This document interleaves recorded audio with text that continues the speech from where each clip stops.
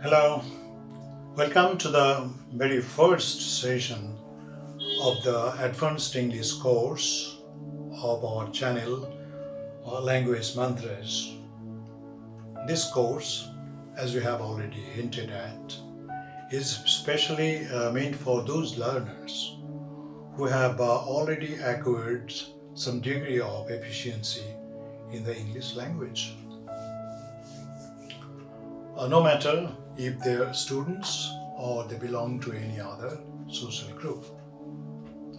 As we know, there is a striking similarity between two almost unsimilar things.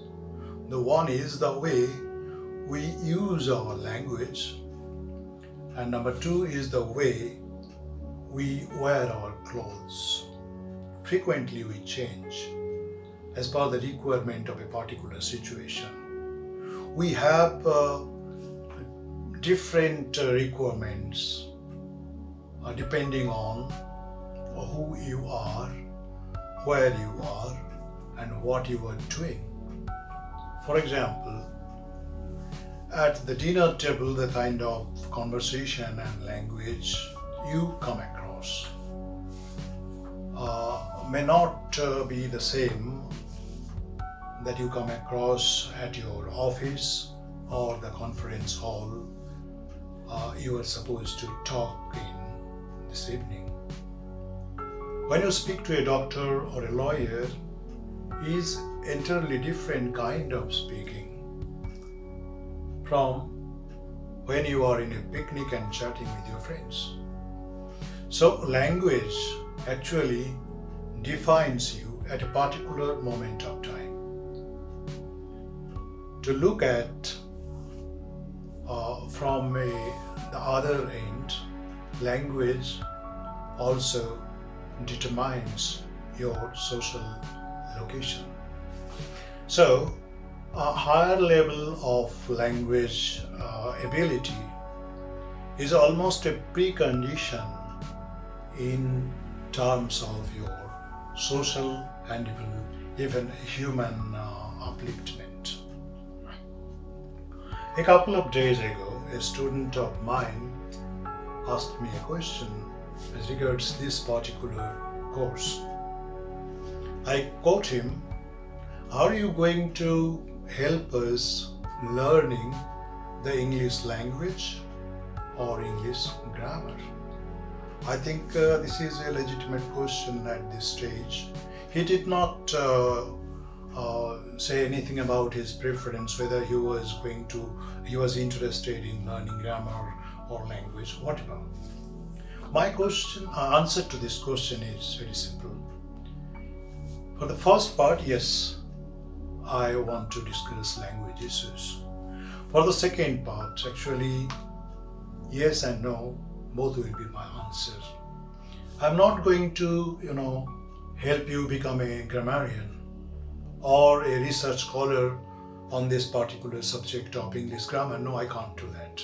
I'm not in a position to do that.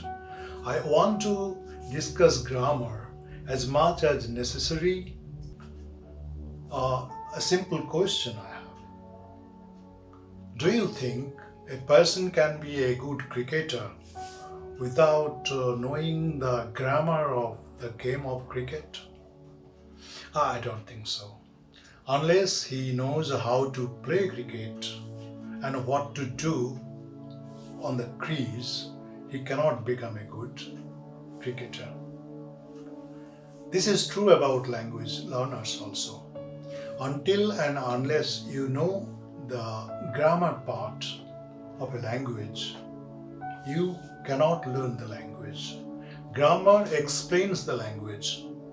And this is true of the students who do not have proper exposure of the language.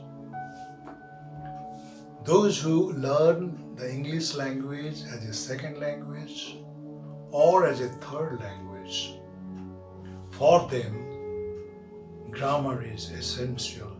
An interesting feature is this. A natural English speaker, a man or a woman, may be in a position to speak fluent English to write good English, but it is possible that he does not or know English grammar. He knows it, but he does not know that he knows the grammar part, because the way he or she has learned the language is not the way I am learning it. He has never learned the language the way I do. He has inherited the language from his parents and imbibed the language from his social environment. This is the difference. I don't know much of Bengali grammar, but I can speak fluently. Without many mistakes, I can do it. So this is what is happening in the language learning process. Once you learn to a certain degree, you will find that grammar and the language, these two things are not that separate. It is they're almost integrated, and separate areas is very difficult to find. This is why a good many pandits of language teaching insist that there should be doses of grammar to the students who are learning a language as a second language or third language. My personal experience with my village students are also the same. They do better when some grammatical rules and regulations are given to them. So I feel like taking you, my learners, to occasional trips to the garden of English grammar and take them back to the writing desk so that they can write sentences and utter speech. So speech and sentences, these two things are almost the same. Both are statements.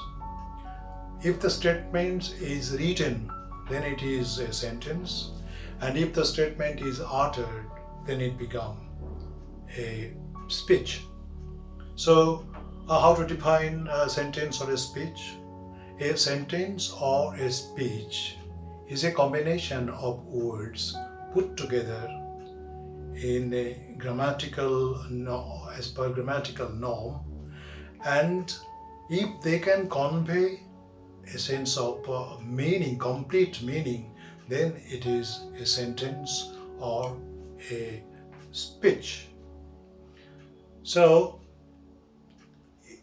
all these two things, sentence or speech, whatever you say, these are grammatical terms, they need words. Word is the foundation of your speech or your sentence, whatever you do.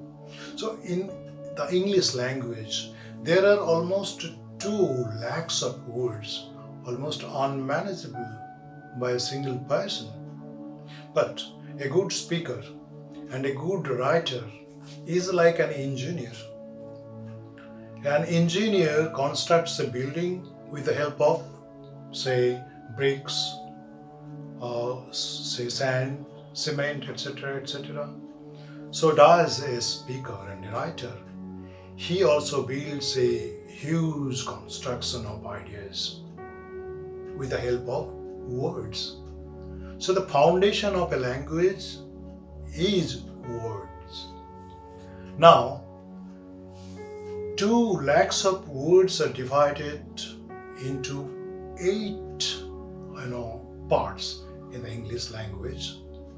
They are noun, pronoun, adjective, verb, adverb, preposition, conjunction, and interjection. So this is what in grammar, traditional grammar, called parts of speech. A speech is a sentence. There are several words, and you have to determine which word is a noun, which word is a verb, which word is an adjective, etc., etc. So this is important for learning a language. For our convenience, actually, we have divided parts of speech into 2 groups now. One is a noun group and the other is a non-noun group. In the noun group, there are noun, pronoun, adjective, preposition, these four items, and non-noun group has verb, adverb, conjunction, and interjection.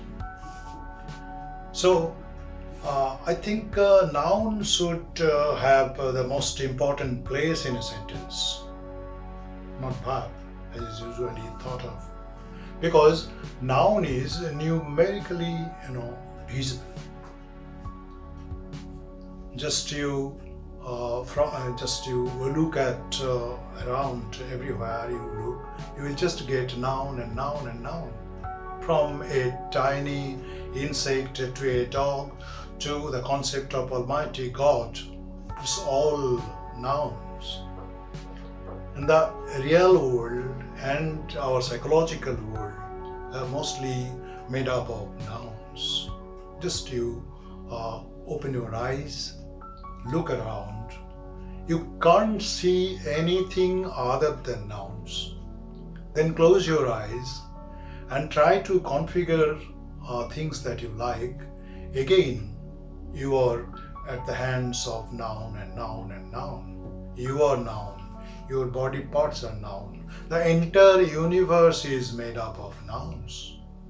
So, I think we should discuss elaborately what noun is, how many kinds of noun are, and what are the functions within the framework of a sentence a noun does.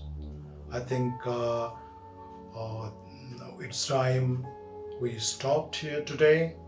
So next day we'll take off noun again. Till then, goodbye. Have a nice time.